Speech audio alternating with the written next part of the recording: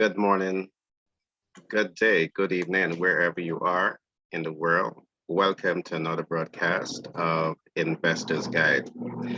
Now, Investor's Guide is a very unique program. This is a platform where we interview subject matter experts from across the world that give you advice to 10x your business and advice to 10x your personal income. Today with me, I have in the studio a very talented lady all the way out of New York, Alabama, and her name is Tonia Lewis.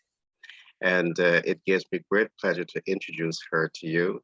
Tonia is a subject matter expert, and she is the leader behind T&L Customs Strategic Solution. All right, so if you're in business, and you want a custom design strategic solution when it comes to customer care, Tonia Lewis is the person to talk to. She's very detailed in how she go about designing her platforms and implementing her program to ensure that you can get that 10x results. Tonia, welcome. Great to have you on the Investor's Guide. Thank you so much for having me. I appreciate the opportunity, Gary, to speak with you today. And I'm from Selma, Alabama. You said New York, but I'm from Selma, Alabama, but I'll take that too. That means my business is going to be up in New York somewhere. So thank you for speaking that in existence. Did I say New York? So I said Alabama. So Okay. Yeah, you said New York. But yeah, that means you done already spoken in existence. You got it. I can I'm see it excited going. about that. I can see it going there. Going places in a very short period of time. I do believe that you're surrounding yourself with some of the greatest thinkers, and I'm certain that very soon you're going to be having a global brand. And we're happy to be alongside you to give you that support to achieve the biggest goals that you have for your business. But I want to ask you this question. Tell us about your brand and what inspired you to get into your field. And I know that you do what you do and you bring a whole lot of passion to what you do. I have been with you on stage, and I really, admire how you articulate yourself around the subject matter. What inspired you? Well, what inspires me is the ability to help people. I'm very passionate when it comes to showing people that there is a better way to be it in business and providing service. Regardless of what we were taught, service is something that we all should be striving to be better at when it comes to not only our personal lives, but in our business as well. Because how you treat people is a reflection on you as a person. So I'm so passionate about it because I've had an opportunity to experience poor service, poor leadership, poor business structure when it comes to being diverse, when it relates to different cultures. So I want to bring that human element to customer care back to the forefront where it used to be, so that people can start looking and treating people how they want to be treated to get the best productivity, to be more sustainable in their business and to drive that profit up in their business. Because if you treat people well, guess what? They're going to work for you and they are going to do what's needed to elevate your business and ultimately will elevate you as well. You're perfectly correct. Absolutely correct. Now, you strategist, you custom design your program. It's tailored suited to the specific organization that you're dealing with. I love that. The follow-up to all of that, I want to put this to you. How would you define your profession? And it's important to the target market. And how would you define it? How important is this? And I know that you focus a lot on quality customer care.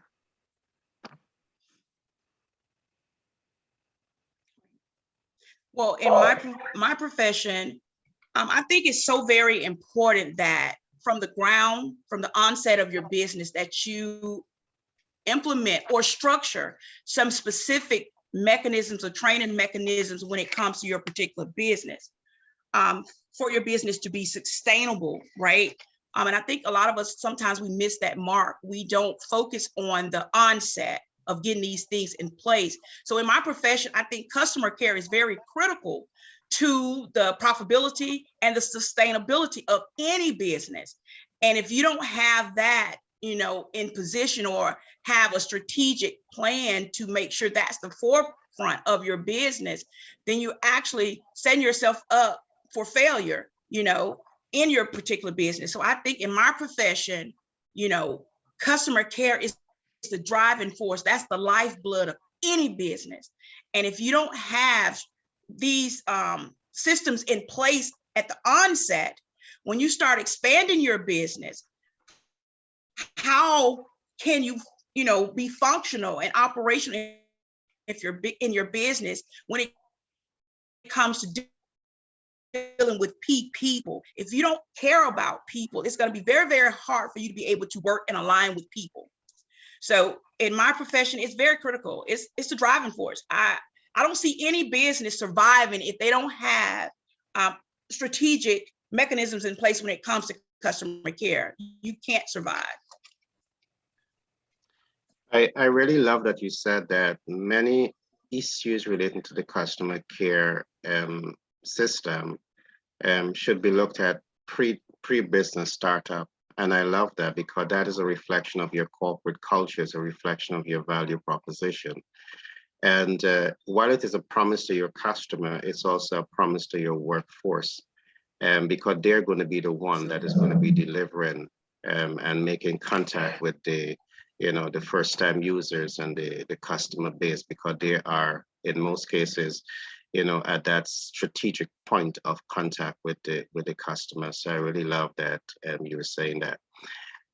There's three elements that I've seen to customer care. There's what we call the before the end services, and there's during the sales services, and there's the after sales services.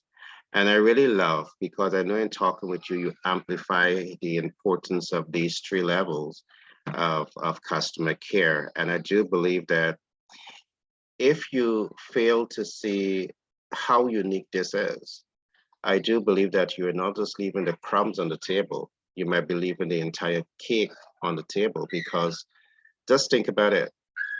You have the during the sales services, but then you have no feedback, no customer feedback. And the customer feedback can only come in the after sales services. So I really love that you are looking at this entire ecosystem as you build out your program to interface with businesses. The follow-up to this I want to ask is, what are two major accomplishments you have attained in your profession as a quality customer care specialist? I would say two of my biggest, I've received numerous accolades and numerous awards from the corporate companies that I've worked with or trained, their people. Supervisor of the year, highest profit, most productive. I've received a lot of them accolades, but I don't really focus on those. My biggest accomplishment to me is helping people. I've trained and helped so many companies and trained and helped so many people. And they're in positions now where they started with no experience, right? And a lot of them are in leadership roles. A lot of them are in supervisors roles. So that's my biggest accomplishment. I know I've received a lot. I can go on and on about the accolades. I can even take you and show you all my awards and my trophies and stuff. But that really doesn't make a difference to me from the standpoint I was able to impact somebody's life. Change their thought process, change their perspective when it came to being able to be more impactful in their leadership role, delivering exceptional care to that particular person to make them want to follow them.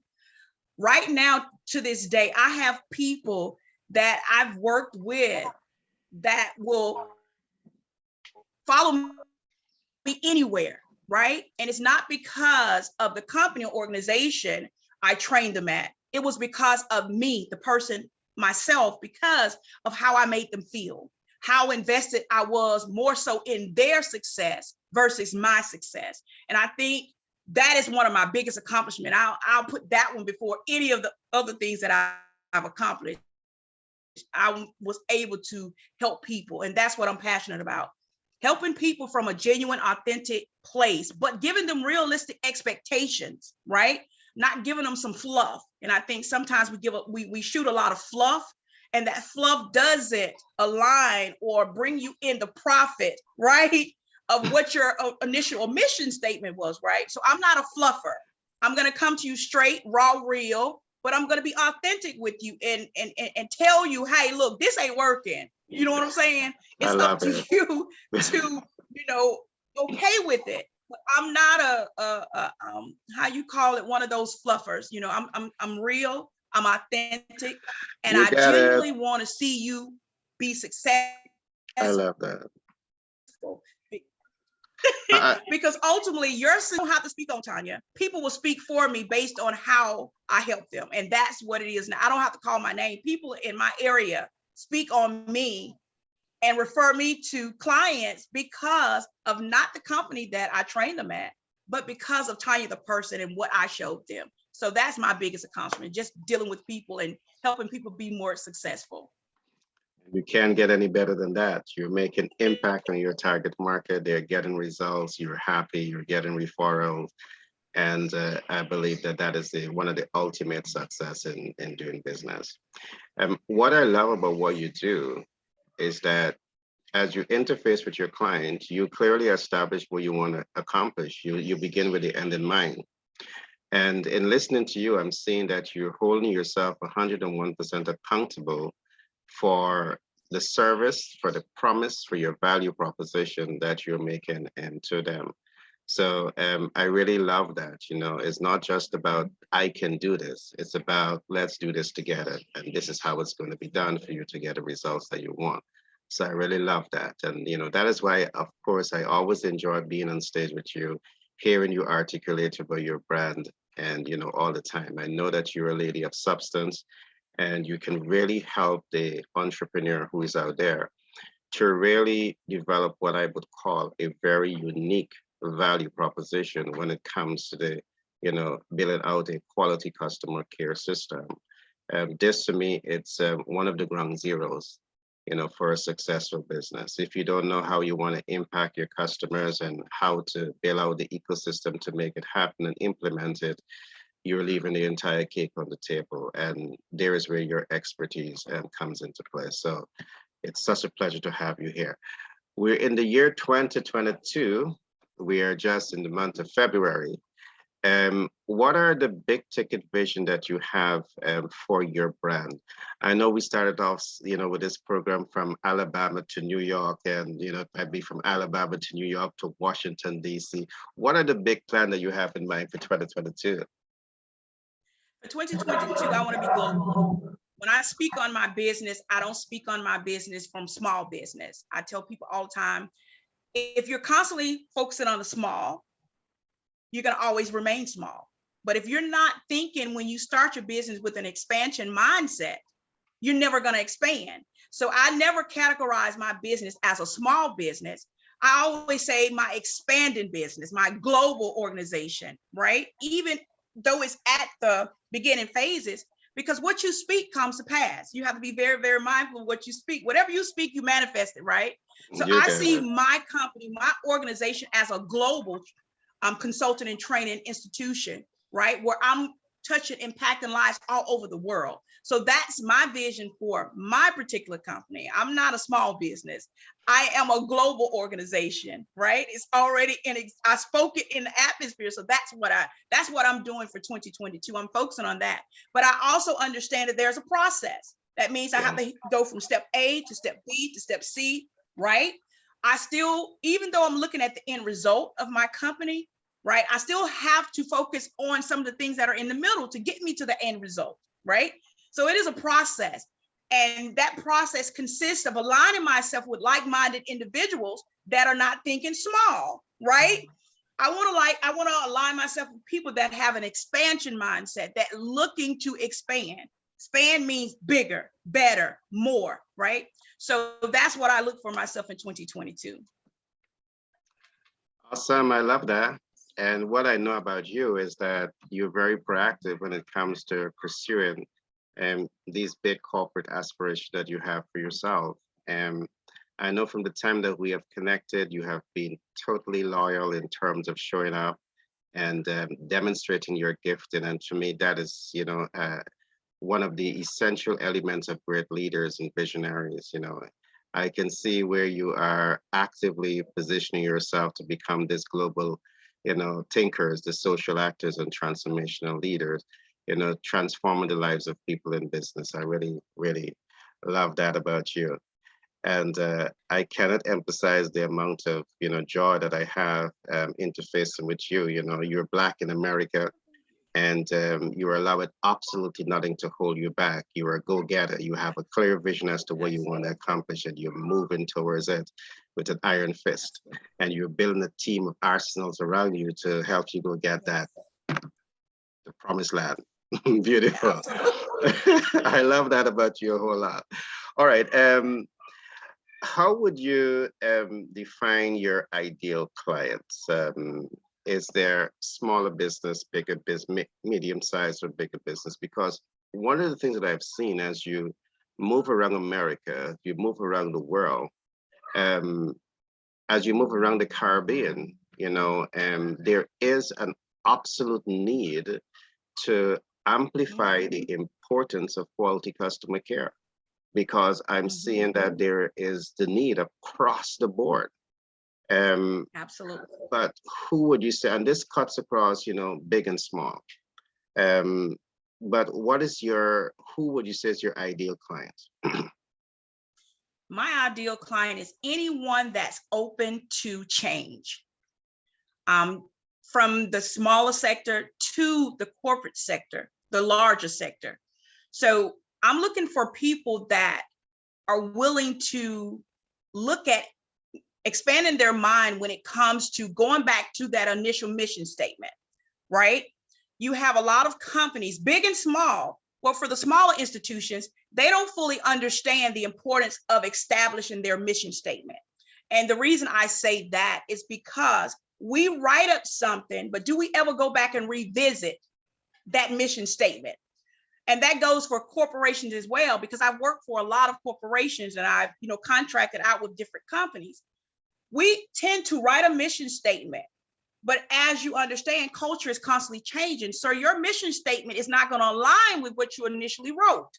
But if you never go back and visit that mission statement, how do you know that the people that you're bringing aboard your company or in your institution is aligning? It's okay to revisit your mission statement and maybe tweak or twerk or change some things in your mission statement to align with the day's culture. And so my ideal client is someone that's willing to listen, right? Be able to take constructive feedback and that wants to change. And that can be from the small sector to the big sector, because there's room for improvement in all organizations or company. But you got to be willing to take accountability for your role, if that makes sense. So my ideal client is any business, any upcoming entrepreneur, any organization that is open to go back to the drawing board, not necessarily change everything, but revisit some of the implements or plans they had in place initially to see what's working and what's not working. And 9 times out of 10, when I revisit those mission statements, the mission statement don't align with today's culture. You always have to be open to change, because change is going to come. But a lot of people never revisit.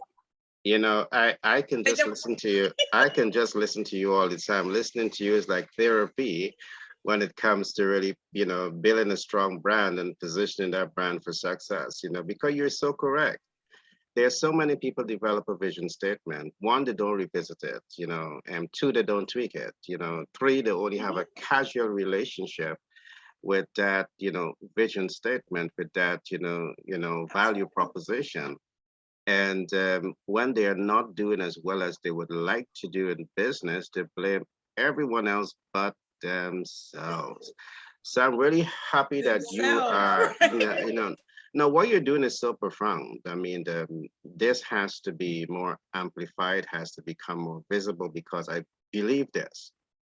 If businesses understand the value of what you're talking about, but not only understand it, but to adopt it and implement it into their organization, this alone is a foundation for them to start to position themselves for that 10x effect. All right. So Absolutely. you're dropping some gems, and I really, really Yeah, love what you're absolutely. saying here. Now, Thank you. you're And I you're would, most welcome. Anytime, anytime. Um, what what are some of the challenges? We're seeing that what you're saying is relevant to businesses, micro, small, medium, and large mhm. scale businesses. What are some of the challenges that you're faced with, your target market is faced with? Let's take, for example, um, as you interface with the businesses, are they seeing where they're at? Are they seeing the challenges? In some parts of the world, we may hear that I don't want to invest in enhancing my staff development when it comes to customer care because Mhm. I can train them and I can lose them. So I'm scared of losing capital if I invest in my staff to be the best that they can be, to interface with the people that are the bottom line for my company. Some businesses shy away from this. What are some of the challenges that they are faced with from your standpoint? Um, Not that I'm going to accept, or endorse that. I do believe that it's your brand, it's your vision, and I do believe that along with the quality Absolutely. customer care ecosystem, if you are to put other systems in place, it's going to help you to reduce absenteeism and staff turnover. But we're not going to look at that necessarily now. What are some of the key challenges that you see business leaders are facing when it comes to going that extra step to ensure that they are investing in quality customer care systems that you are building out? Well, some of the worst challenge I've seen thus far is their willingness to change. They're so used to the old structure, but you got to understand what happened back in 1950, 60, 20. That is not of today. And a lot of times they don't want to invest. What we tend to do is shy away from that. And we think that because customer care back in the 50s was just showing up for work, smiling and looking pretty and just saying hello to the customer, they fail to realize how you feel about yourself ultimately decides how you're going to treat your clientele. If you're having a Wow. bad day, you're going to show up at the Wow. office with that same Mm-hmm. attitude that you left from home. If you just got through fussing with your wife, guess what? You're going to bring that to your workplace, right? And gonna you're gonna show that to your employees. So that's the challenge that they're facing. A lot of them are so stuck because they're not ready to adapt to change, right? And when you start thinking about adapting to change, you got to check yourself first. And a lot of people don't want to actually look at themselves. Hey, what can I do differently, right, about me? Because I see it all the time where businesses want to challenge or check the employees and the people that they're aligned with, but we never go back to the drawing board and check ourselves.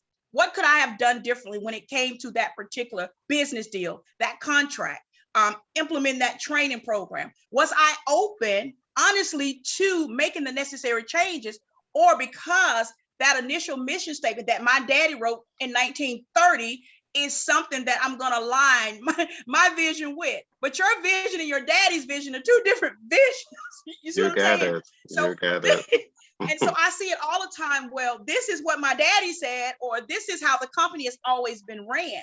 But are you getting the results based on the day's time? Now we're in a society where it's all social, social media, technology driven. If you haven't taken time to learn how to maneuver through the new age technology, you're going to be lost, right? So that's all about change. So that's one of the biggest things that I'm seeing with businesses. They don't want to adapt to change, right? They're stuck in their ways and they're blaming everybody else for situations and circumstances that actually they could prevent if they just open their mind and look at it from a 21st century perspective, right? I tell people all the time in businesses, when you're looking to hire people, you should be looking to hire people to elevate them so it could be a revolving cycle. I believe in a revolving cycle in a business. I don't want to hire Mr. Thompson to work for me for 20 years and to walk out the door and he has nothing to look forward to, right? I want to bring Mr. Thompson on into my establishment to train Mr. Thompson, show him everything that I know. And so he can elevate. So in 2 years, Mr. Tompkins can go and do something else and I can bring in fresh talent. But we get so caught up in trying to bring people in, looking for them to be there 10, 15, 20, 30 years. What is the incentive to the person that you're bringing in, right? In order for you to keep fresh talent, your business has got to be a revolving door. That means you got to always be looking to bring in fresh talent. And we're losing sight of that, and we're keeping those old heads in business. And a lot of our business are becoming stagnant. We're losing money. We're not growing. We can't keep employees because we're not open to change. So that's one of the biggest challenges, getting them to see the importance of maneuvering out of the old way, creating a new way, but still aligning some of the values and some of the missions that we had in the old that align with what I got going on today. They can stay, but it's time to do a refresher course, an update, right? To be able to capitalize on the market of today. And we're missing the opportunity. And I see a lot of business missing the opportunity to maybe just think different. You know what I'm saying? From a different perspective. So that's one of the biggest challenges, getting them to see the importance of change.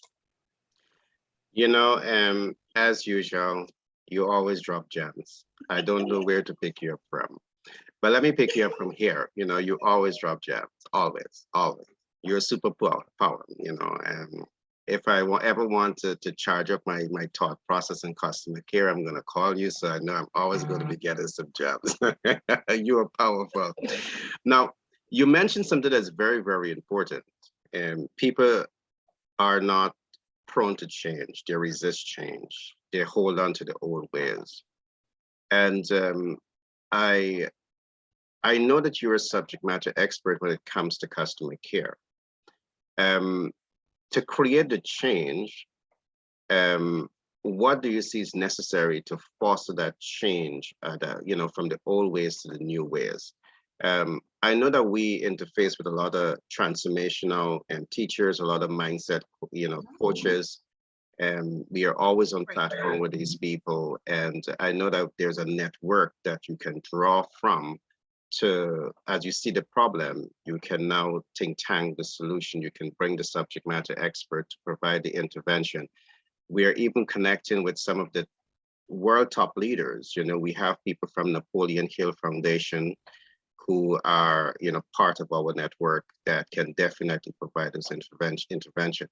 And I must say this, I'm so sorry to hear this. We lost a world leader yesterday, Bob Proctor. Yes, Bob. He is one of the great visionaries, you know, thought leaders that the world has grown accustomed to. But just reflecting on that, how do you position your brand to overcome some of these challenges? But just before you answer that question, I want to say, I love also what you said. You mentioned that Thompson can be trained and Thompson can be put out there to, you know, expand the vision. The Thompson is the guy that can be going to New York to create a new brand. The Thompson is the guy can be going to Washington to create the new brand. The Thompson is the guy that can be moving around because of your corporate culture. So what you're saying is, you know, it's not like you're pushing them out of the business, but you're expanding their scope of leadership to accommodate the vision that you have to expand. And that's what I love about what you're saying. Now let's talk about the solution. There's problems. What are some of the things that you're focusing on to help you get past those challenges of the mindset in dealing with your target market? Well, basically what I'm doing is I'm a big analogy type of person. What I do is go to the drawing board and I look at everything. I look at the turnover. I look at the retention rate.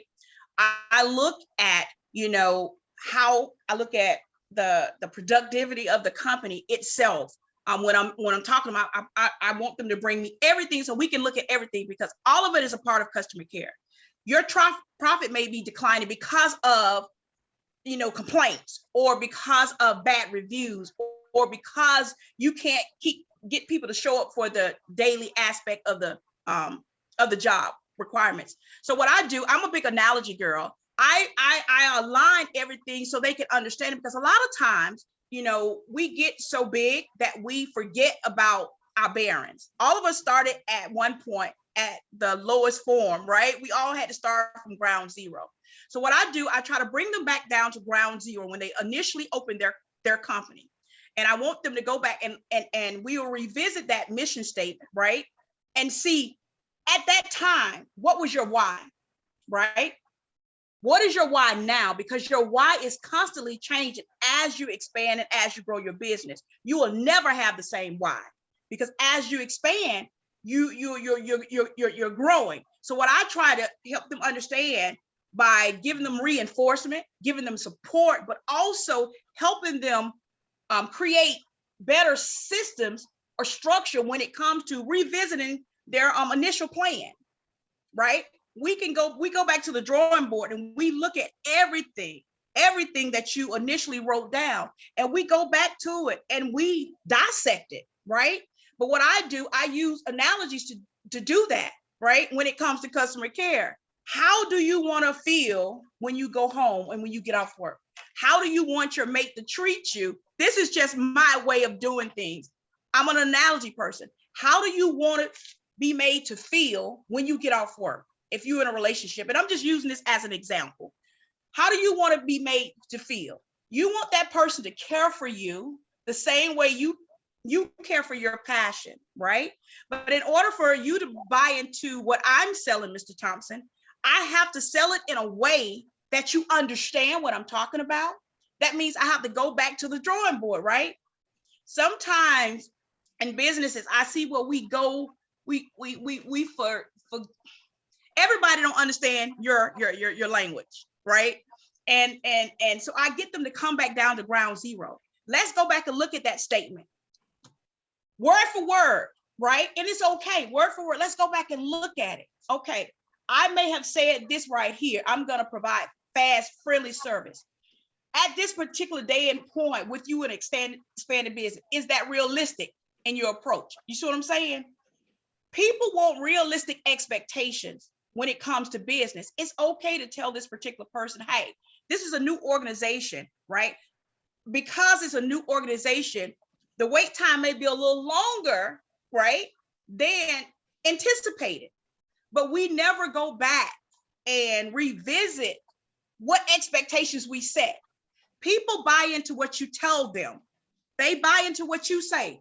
If I tell Mr. Thompson, I'm going to be on this interview at 10 o'clock and I show up at 10:30, what does that say about my expectations, right? I'm from the old school. I believe your word is your bond. That's integrity. Whatever I tell you, I'm going to do it. If not, I'm going to send you something, regardless of whether I have to do it or not. I'm going to send you something to let you know why I can't attend. That's integrity. And a lot of people don't want to go back. So what I do, I go back. I want to see it from the ground. Bring me your mission statement. I want you to read your mission statement to me. And if it's your mission statement, you should be able to recite it verbatim. We shouldn't have to read it out your manual, right? Yep. So that's the first thing I do. If it's your mission statement, you would remember that mission statement. I shouldn't have to go to your workbook or to your policy and read your mission statement. Tell me what your mission statement is, Mr. Thompson. So we're going to dissect your mission statement, and we're going to dissect your mission, because that's the first thing I do with companies. I work with their mission statement because I want to make sure their mission statement is going to get them the best results, because what you put out in the forefront is what your customers and the people are going to see. And if you're telling them that that environment is going to be a home environment, we're going to dissect that and look at your environment. Guess what? It's not. We're going to go back and revisit why the people left, because I think that's important. A lot of time we don't have avenues for people to be able to voice their concerns in these workforces, right? And so if we don't have that in place, it's not fair to them, right? And it's also not fair to you, because guess what? You're losing money, but you're losing money because you never took time to value the importance of that feedback, because a lot of times we don't want to hear the feedback, but the feedback is necessary. I tell people it's necessary, because how can you grow? How can you realign your mission statement with millennials, right? Because that's our workforce now, millennials. When your mission statement is only catered to mom and pop, So that's the first thing I do. We're gonna look at your mission statement. I don't want to see anything else but your mission statement, because we're gonna dissect that and we're gonna align it with your turnover, your retention rate, what you already have in force. We're gonna look at your other strategies that you have in force. We're gonna look at your profit. All of that is gonna tie into what your mission is, right? And if your mission hasn't changed for 30 years, that's your number one problem. And then we'll go from there. So that's my way of doing it. And I want you to tell me what it says. I don't want you to read it off a piece of paper.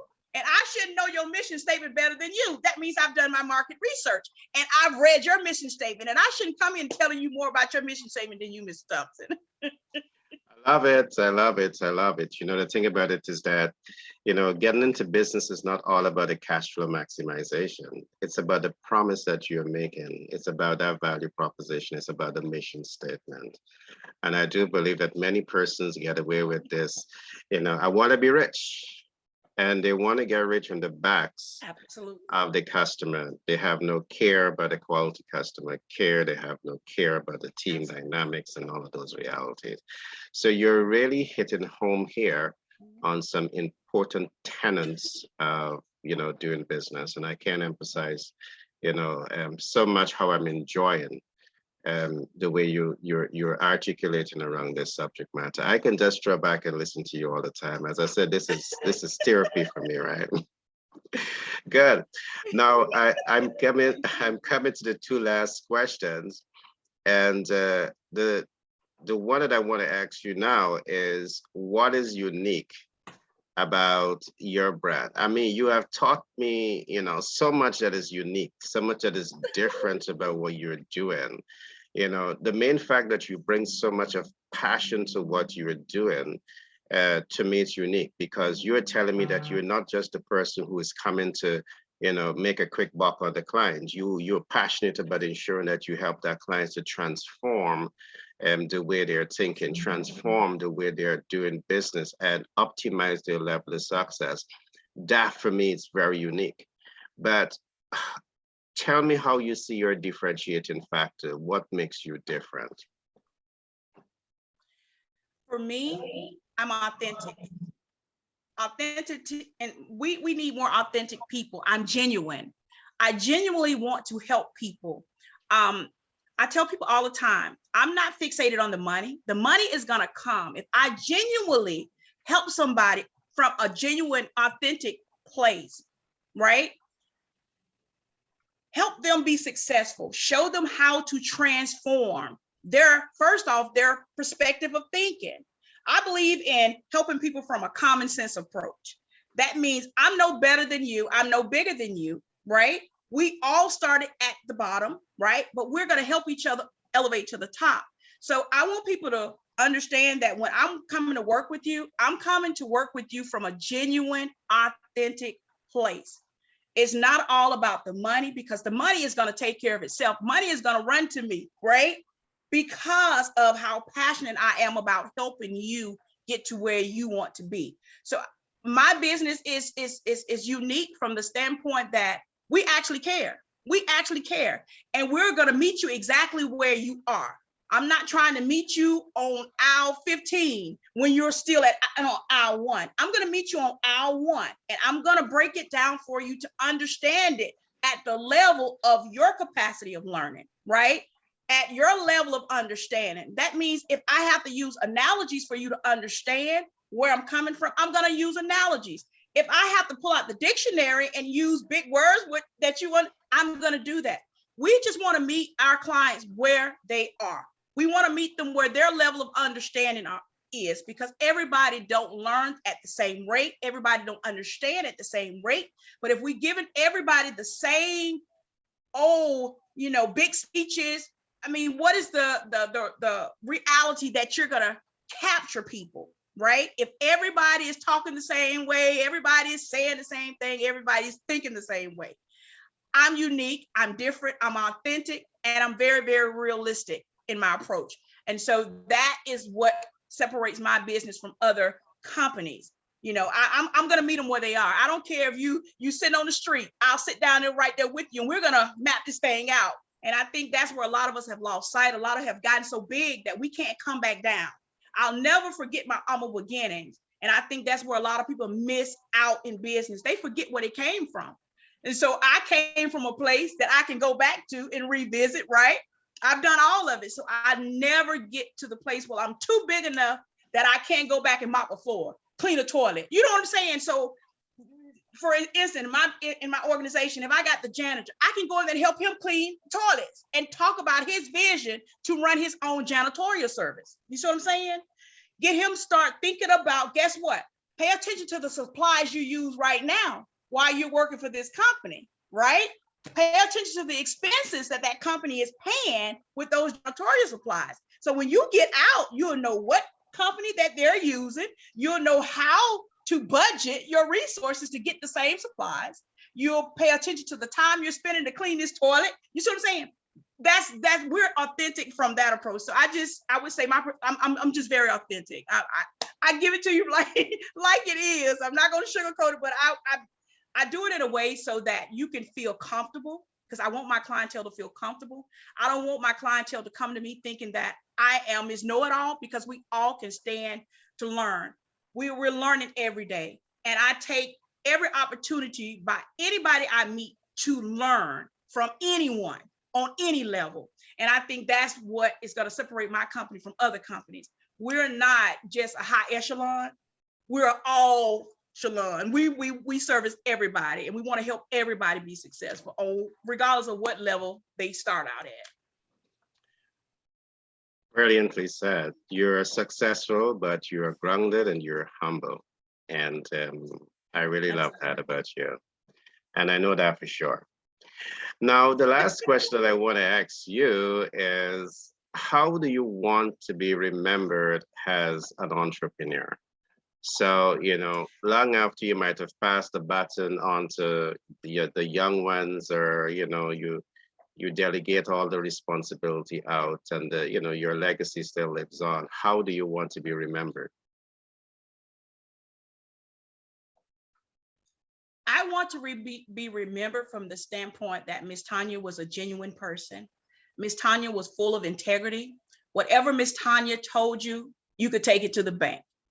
However Miss Tonia showed up, she showed up as the realest form of Miss Tonia as she could be. Miss Tonia was never about pretenses. Miss Tonia inspired us to be the best that we can be, regardless of what stage of life that we're in. Miss Tonia inspired us to take the little that we had and turn it into something big, not based on what other people thought, but based on what you feel or think about yourself. So I want people to just remember me for just being integrity filled and authentic and genuine and sincerely, care about the success, not just for myself, but for them as well. And when I do that, guess what? People are going to remember me not based on what I've done, for myself, but what I've done for them. And I want people to just remember the impact that I've had on their lives when it came to, not being selfish with my gift, being selfish with what I have to offer, but offering it from a genuine place to make them successful so they can stand out. So just remember Tonia for just like, Miss Tonia is just, she's just a real goat. I mean, she's just good at, just remember me for, sincerely wanting to help and genuine and integrity filled, because I'm big on integrity. I came up from the old school. My grandfather always said, your word is your bond. Always stick your word. Always look a man straight in the eye. I don't care if it's a female or a man. I'm going to look you straight in the eye, because when I look you straight in the eye, that means that I care about our conversation. I care about what you're saying. I care about how you feel, right? And by me caring about how you feel, I'll take what you say into heart and I'll take it at face value. But if I'm looking everywhere and I'm not paying you any attention, guess what? That's a part of customer service and customer care. That means I'm not actively listening to what you're saying. I'm just waiting to respond, right? So that's how I want people to remember. Just remember me as a force of nature that came through and helped people be great, not to make me great, but to make them great. And that's it. Okay, well said. Well, there you had it. Viewers who are looking at this program from all over the world, there you had it. You had a token of Tonia Lois, and she is a subject matter specialist when it comes to customer care. So if you have a business and you want to build out your value proposition to make stronger impact on your workforce, stronger impact on your customer, and significantly increase your business potential to cash flow, the person to talk to is Tonia. All right, great talking with you, Tonia. You're most welcome. Any last word you want to share before we pull the curtain down on today's program? Well, I just wanted to say thank you again, Gary, for giving me the opportunity to do this interview. I greatly appreciate it. And to everybody out there in the business world, just know that, guess what? In order for you to be effective in your approach when it comes to customer care, you first got to understand how to take care of yourself. And if you don't know how to take care of yourself, go back to the drawing board, revisit, and take care of yourself. So when you show up, you can show up as the best person that you are for the people that you're aligning to partnership with in business, the people that you're working with, your employees, your home life, all of that starts with you. Customer service is all about you. And if you know how to show up for you in the best way, you're going to automatically gravitate to showing up for other people in the same manner. And thank you again. Beautiful. So there we had it. A lot of nuggets from Tonia. I'm going to be looking back at this, this recording for some time now. This is going to be my motivator for 2022. Thanks, Tonia. We'll talk soon, right? You're welcome. All right. Thank you. Bye-bye. Bye.